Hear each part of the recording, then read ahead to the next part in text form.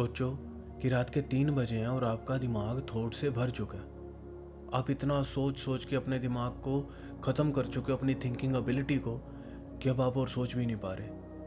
और आपको अपनी प्रॉब्लम्स बहुत बड़ी लग रही हैं, दुनिया का भार उठाया नहीं जा रहा है। फेमिलियर लग रही है ये फील। पर मैं अगर आपको कहूँ कि तेज़ से तेज़ तूफान भी उस पहाड़ को नहीं हिला सकता जो अच्छे से ज़मीन में मजबूती से जुड़ा हुआ है। और कुछ ऐसा ही हमारी मेंटल स्ट्रेंथ का राज है।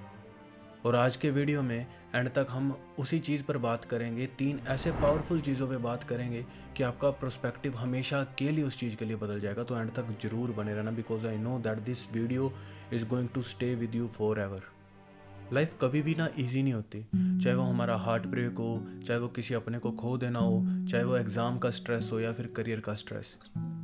पर सोचो, वहाँ महाभारत के युद्ध में अर्जुन भी इसी चीज़ में थे, वो सेल्फ डाउट में आ गए थे। वो चीज़ों को इतना ज़्यादा सोचने लग गए थे कि अब क्या क्या ये सही है, क्या ये गलत है, मुझे करना चाहिए या नहीं करना चाहिए। पर अगर वो श्री कृष्ण जी की बात तब ना सुनते तो उन्हें पता भी ना लगता कि इस चीज़ के आगे भी कोई रास्ता है।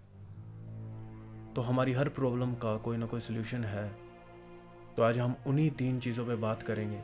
एंड आई बेट जो थर्ड वन है ना, that will help you a lot in your life, और हमेशा आपके साथ वो रहने वाला है। So the first part, change your perspective, because perspective holds great power.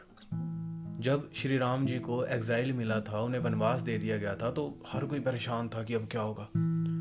मतलब हर कोई उनके राजपाट में सोच रहा था कि राम जी ना आ जाएं, वो यहीं रुक जाएं।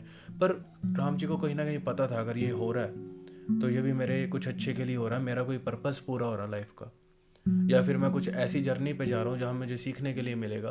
उन्होंने कभी देखा कि कभी राम जी उदास थे कि मुझे वनवास दे दिया गया या कुछ नहीं, वो कभी उदास नहीं थे। वो पूरी जर्नी को एंजॉय कर रहे थे, वो लोगों से मिल रहे थे, बात कर रहे थे, दोस्त बना रहे थे, मतलब हर एक चीज़ कर रहे थे। उन्होंने इन दी एंड वो पर्पस भी पूरा किया जिसके लिए उन्होंने जन्म लिया था।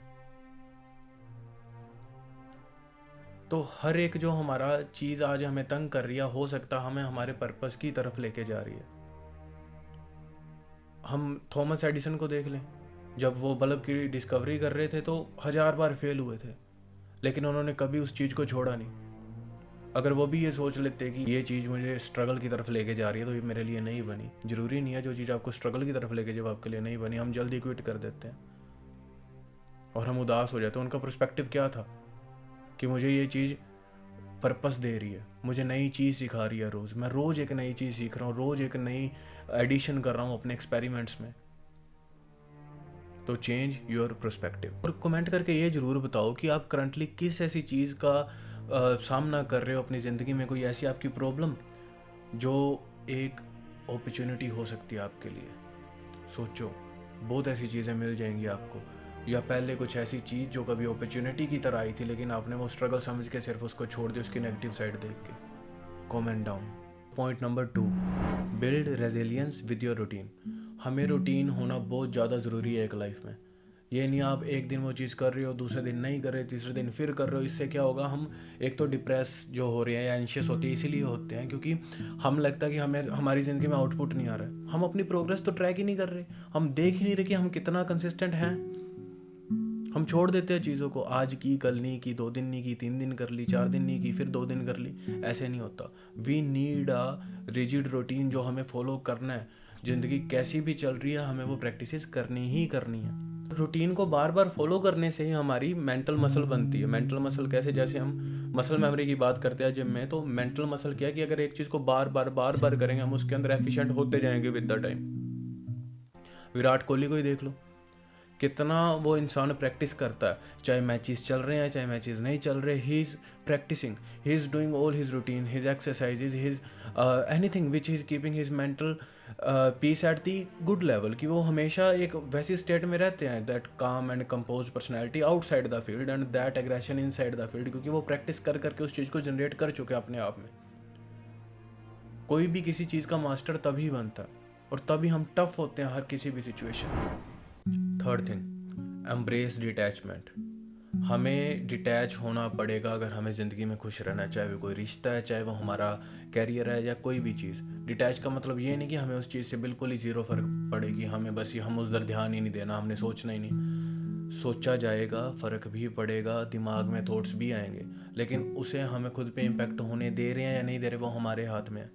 जैसे भगवत गीता में लिखा है कि कर्म करो, फल की चिंता मत करो, कि हमारा काम है कर्म करना। पर जब हम डिप्रेसिव स्टेट में या सैड स्टेट में होते हैं तो हम हमेशा ओवर थिंकिंग की तरफ जाते हैं, हम हमेशा रिजल्ट की तरफ सोचते हैं।